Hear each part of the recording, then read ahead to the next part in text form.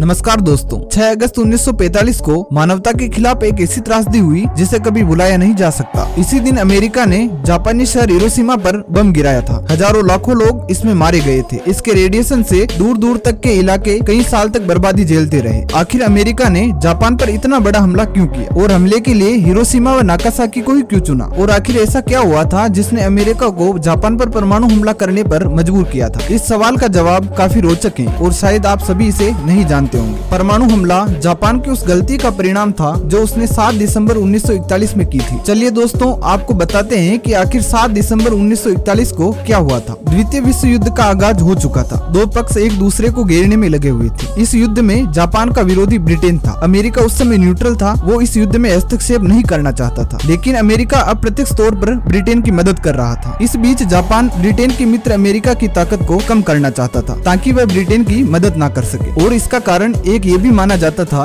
कि जापान ने Indo China पर कब्जा कर रखा था। उस समय अमेरिका और चीन के संबंध काफी अच्छे थे। अमेरिका की ताकत को कम करने के इरादे के साथ जापान ने यूएसए पैसिफिक ओशन में स्थित अमेरिकी नेवल बेस पर अटैक का प्लान बनाया। इसके लिए जापान ने रविवार 7 दिसंबर 1941 का दिन चुना। जापान की सेना ने जानबूझकर रविवार का दिन चुना। दरअसल उन्हें पता था कि अमेरिकी सेना इस दिन मौज मस्ती व आराम करने में बिताती है। इधर जापान ने पर्ल हार्बर पर हमला करने के लिए अपने बेड़े में 2 बैटलशिप और 414 बम एयरक्राफ्ट शामिल किए थे। जापान का यह मिशन बहुत सीक्रेट था। इसका अंदाजा पर्ल हार्बर पर स्थित अमेरिकी सेना को नहीं था। 7 दिसंबर 1941 की सुबह को करीब 7:57 पर 350 जापानीज एयरक्राफ्ट ने पर्ल हार्बर पर दावा बोल दिया। हमला इतना तेज था कि अमेरिका को संभलने का मौका तक नहीं मिला। जापान ने अमेरिकी नेवल बेस पर करीब 1 घंटे 15 मिनट तक बमों की बारिश की। द्वितीय विश्व युद्ध के दौरान अमेरिका की जमीन पर यह पहला हमला था। इस हमले में पर्ल हार्बर पर तैनात करीब 2500 अमेरिकी सैनिक मारे गए थे। इस हमले में अमेरिका के 8 जंगी जहाज और 164 लड़ाकू विमान नष्ट हो गए थे। इस हमले में जापान ने अमेरिका को ऐसा जख्म दिया जिसे वह शायद भूल नहीं पाया। इस हमले के बाद अमेरिका सीधे तौर पर द्वितीय विश्व युद्ध में शामिल हो गया और जापान से बदला लेने की ठान ली, और बदला भी ऐसा जिसे जापान क्या पूरा विश्व याद रखे। और हुआ भी कुछ ऐसा ही।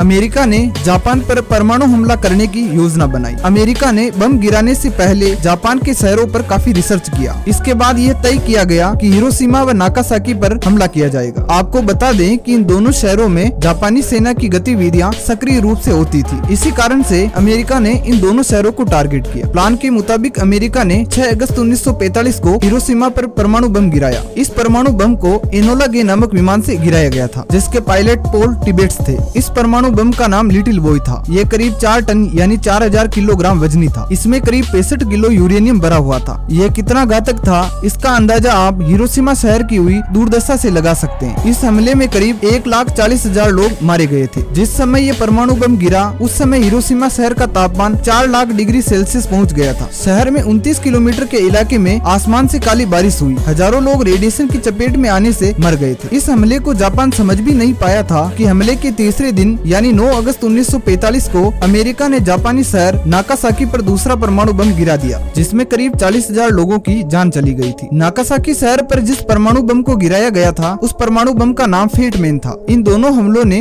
जापान की रीढ़ की हड्डी तोड़ दी थी। आखिरकार भारी तबाही देख जापान झुका और उसने अमेरिका के सामने सरेंडर कर दिया, और इसी के साथ ही द्वितीय विश्व युद्ध की समाप्ति हो गई। वीडियो को अंत तक देखने के लिए आपका धन्यवाद। हमें उम्मीद है कि इस वीडियो को आप ज्यादा से ज्यादा शेयर करेंगे। जय हिंद, जय भारत।